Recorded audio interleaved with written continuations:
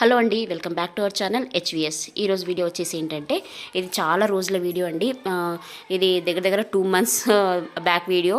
అస్సలు video post చేయడానికి కొన్ని వీడియోస్ అన్నీ అటు ఇటు జంబులు అయిపోయాయి. దాంట్లో కొన్ని దీంట్లో కొన్ని వీడియో తీయడం వల్ల కొంచెం వీడియో ఇబ్బంది అవుతుందని చెప్పేసి అన్నీ దొరికిన తర్వాతనే వీడియోస్ అనేది ఎడిటింగ్ చేసేసి మీకు చూపిస్తున్నాను. ఇది వచ్చేసి ఏంటంటే మసాలా పూరి. ఇది మా వదిన వాళ్ళు చెప్పిన రెసిపీ అండి. చాలా ఇష్టం, మా అమ్మ వాళ్ళ సైడ్ వాళ్ళందరికీ ఇష్టం. పిల్లలకి అందరికీ ఇది స్నాక్స్గా తినొచ్చు, లేదు అంటే డిన్నర్గా కూడా తినవచ్చు. చాలా చాలా ఇష్టం మా నాన్న వాళ్ళకి కానీ అలాగే మా పిల్లలకు కానీ చాలా ఇష్టం ఈ రెసిపీ. ఇది చేసుకోవడం కూడా చాలా సింపుల్, తర్వాత టేస్ట్ కూడా చాలా బాగుంటుంది. ఖచ్చితంగా ఇంట్లో ట్రై చేయండి. మా తమ్ముడు వాళ్ళకైతే ఈ రెసిపీ చాలా చాలా ఇష్టము. అలాగే మా చిన్న చెల్లికి ఇంకా ఇష్టం అండి ఈ మసాలా పూరి అనేది. మా వదిన వాళ్ళు ఎక్కువగా చేస్తారు ఇది. దాన్ని అక్కడ చూసి వదిన వాళ్ళని చేసేదాన్ని చూసి అక్కడ చేశాను. ఇంకోటి ఏంటంటే, నాన్న మసాలా పూరి మీ అత్తమ్మనే బాగా చేస్తుంది, మీకంటే చాలా టేస్టీ ఉంటుందని కూడా మా అత్తమ్మ కాంప్లిమెంట్ ఇచ్చాడండి. అప్పుడు పెళ్ళైన కొత్తలో అత్తమ్మ ఎక్కువగా నాన్న వాళ్ళు వచ్చినప్పుడు ఈ రెసిపీ చేసేది. దాని నుంచి మా అక్కనే బాగా చేస్తుందని చెప్పేసి ఆ రోజు మసాలా పూరి తినుకున్నప్పుడు చెప్పాడు మా నాన్న. టేస్ట్ కూడా చాలా బాగుంటుంది, కాకపోతే కొంచెం ప్రాసెస్ ఉంటుంది. ఆల్రెడీ మనం ఇలా అప్పాలు చేసి పెట్టుకున్నామంటే ఇంకా ఫాస్ట్గా తినేసేయచ్చు. ఇవి స్టోర్ కూడా చేసుకోవచ్చు అండి, మసాలా స్టోర్ చేసుకోవచ్చు. అలాగే ఈ మసాలా పూరీలు ఉన్నాయి కదా, వాటిని కూడా స్టోర్ చేసి పెట్టేసుకోవచ్చు. నేను 2 months బ్యాక్ నేను పాలెం పోయినప్పుడు అమ్మ చేసింది. ఇది బఠానీలు ఉంటే సింపుల్గా చేసేసుకోవచ్చు. ఇక్కడ తెల్ల బఠానీ తీసుకుందమ్మా, తెల్ల బఠానీ తీసుకోవచ్చు, లేదు అంటే పచ్చ బఠానీతో అయితే టేస్ట్ కొంచెం బాగుంటుంది నాకు అనిపించింది. దాని నుంచే నాన్నకి టేస్ట్ కొంచెం తేడా అయిందేమో అనుకుంటున్నా. మేమైతే పచ్చ బఠానీ యూజ్ చేస్తామండి. పచ్చ బఠానీ చాలా బాగుంటుంది. ఇది కొద్దిగా కొంచెం వగరగా అనిపిస్తుంది నాకు. తెల్ల బఠానీ నాకు 2 ఆలు వేసి బాగా ఒక 4 నుంచి 5 విజిల్స్ వచ్చే వరకు పెట్టేసేయాలి. ఇప్పుడు పిండి వచ్చేసి ఏంటంటే, గోధుమ పిండి తీసుకోవాలండి. 1 గ్లాస్ గోధుమ పిండి, తర్వాత ఒక గ్లాస్ రవ్వకి పేని రవ్వ తీసుకోవచ్చు, లేదంటే బొంబాయి రవ్వ తీసుకోవచ్చు. 1 గ్లాస్ రవ్వకి సగం గ్లాస్ మైదా, సగం గ్లాస్ గోధుమ పిండి. ఒక గ్లాస్ తీసుకుంటే రవ్వ తీసుకుంటే ఇది హాఫ్ తీసుకొని కొద్దిగా సాల్ట్ వేసేసి తడిపి పెట్టేసుకోవాలండి. ఇది మనం పూరీలా చేసుకోవాలి కాబట్టి కొద్దిగా మెత్తగా కాకుండా మీడియంగా మనం కలిపి పెట్టేసుకోవాలి. ఇలా కొంచెం మెత్తగా ఉంటేనే మనకి పూరీలు అనేది చక్కగా రాకడానికి వస్తుంది. మరి రవ్వ కాబట్టి కొంచెం నానితే గట్టిగా అవుతుంది, తర్వాత చేయడానికి కొంచెం కష్టం అవుతుంది. ఇప్పుడు అది కొంచెం పిండి నానే వరకు మనం బఠానీ మసాలా ఉంటుంది కదా, మసాలా ప్రిపేర్ చేసుకోవాలి. ఈ బఠానీ చూసారు కదా, ఇలా ప్రెస్ చేస్తే మెత్తగా అవ్వాలి. అంతవరకు మనం బఠానీలు అయితే ఉడికించుకోవాలి.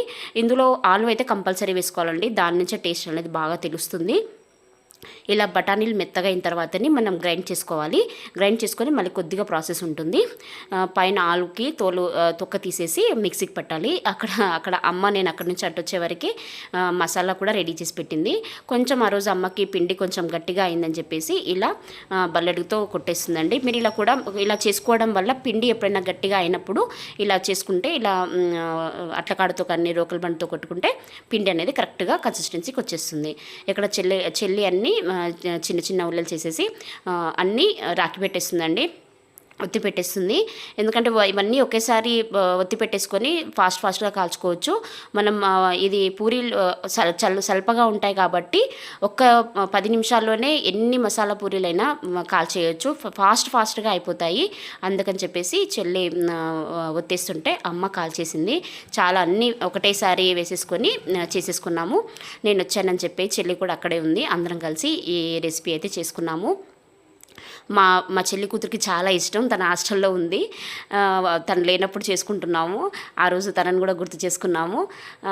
సో వాళ్ళు వచ్చినప్పుడు చెల్లి కూతురు వచ్చినప్పుడు అమ్మ ఖచ్చితంగా ఈ మసాలా పూరి అయితే చేస్తుందండి. ఇలా చాలా చల్పగా చేసుకోవాలి. కొంచెం మనం మామూలు పూరికి చేసుకున్నట్టు కొద్దిగా మందం కాకుండా కొంచెం పల్చగా చేసుకుంటే ఇలా మనం బాండీలో వేసేవరకు మనకి క్రిస్పీగా వస్తాయి. కొంచెం మందంగా చేసుకుంటే మళ్ళీ పూరిలా పొంగుతాయి. అవి ఎంత టేస్ట్గా ఉండవండి, మెత్తగా అవుతాయి, టేస్ట్ ఉండవు. ఇలా రెడ్డిష్గా వచ్చేవరకు మనము అప్పాలు అనేది కాల్చుకొని పెట్టేసుకోవాలి. మనం టిన్లో పెట్టేసుకున్నామంటే, కొద్దిగా చల్లారిన తర్వాత ఒక బాక్స్లో వేసేసుకున్నామంటే మనం 1 వీక్ వరకు ఈవినింగ్ పిల్లలకి మనకి స్నాక్స్గా కూడా పెట్టేసేయచ్చు ఫాస్ట్గా. ఎవరైనా గెస్ట్లు వచ్చినప్పుడు ఫాస్ట్గా ఈ రెసిపీ ఇదైతే మసాలా పూరి అయితే పెట్టేసేయచ్చు. అన్నీ ఆయిల్లో ఒకటొకటిగా వేయించుకొని పెట్టేసిందండి అమ్మ. ఇవి కొంచెం రెడ్గా అయితేనే బాగుంటాయి, రెడ్డిష్గా కాల్చుకుంటే బాగుంటుంది, క్రిస్పీగా వస్తాయి. ఇప్పుడు చెప్పాను కదా, ఆల్రెడీ నేను అటుపోయి ఇటు వచ్చే వరకు అమ్మ మిక్సీకి వేసేసింది. కాకపోతే కొంచెం మిక్సీ ప్రాబ్లం అయ్యిందట, అందుకని మెత్తగా పేస్ట్ లాగా అయితే రాలేదు. మామూలుగా ఇది ఎక్కువగా కొంచెం కొద్దిగా వాటర్ తక్కువ వేసుకుంటూ చక్కగా పేస్ట్లా చేస్తే బాగుంటుంది. ఇందులో ఒక 2 పచ్చిమిర్చి, 2 నుంచి 3 పచ్చిమిర్చి వేసుకోవాలి. అలాగే ముఖ్యంగా ఇంగ్రీడియంట్ ఏంటంటే పుదీనా వేసుకోవాలి. పుదీనా కూడా వేసుకుంటేనే దీనికి టేస్ట్ అనేది చాలా బాగుంటుంది. ఎందుకంటే ఇప్పుడు మామూలుగా పానీపూరి కానివ్వండి, కట్లెట్ కానివ్వండి, అందులో ఖచ్చితంగా మెంతి మన ఈ పుదీనాకు ఉంటేనే టేస్ట్ అనేది బాగుంటుంది. అది కంపల్సరీ వేసుకొని బాగా మసిలించుకోవాలి. దాని తర్వాత చివరగా కొంచెం ఎండుమిరపకాయల కారం కూడా వేసేసి ఉడికించుకోవాలండి. కొంచెం బాగా ఉడికించుకుంటే క్రీమీగా ఇట్లా వీడియోలో చూపిస్తున్నట్టుగా అవుతుంది.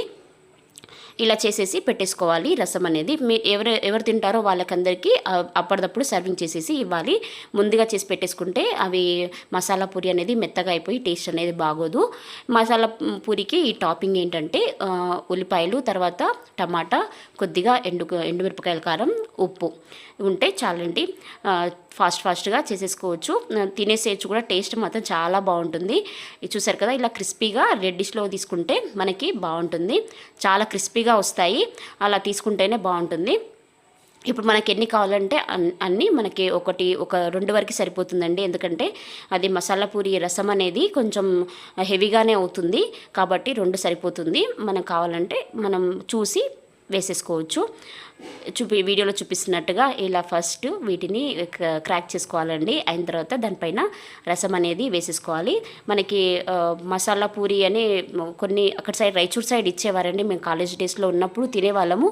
కాకపోతే ఇంత టేస్టీగా ఉండకపోయేది.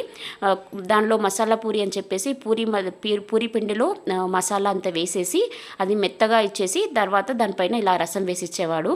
అది టేస్ట్ వేరే ఉంది. కాకపోతే దానికంటే టేస్ట్ అనేది చాలా బాగుంటుంది.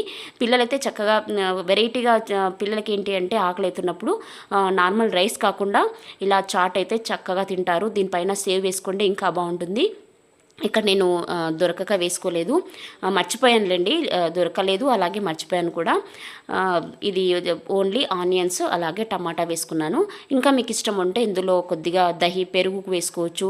తర్వాత మన స్వీట్ చట్నీ కూడా వేసుకోవచ్చు అండి. మనం చాట్ దగ్గర ఇస్తుంటారు కదా, సేమ్ అలాగా కూడా చేసుకొని తినేసేయచ్చు.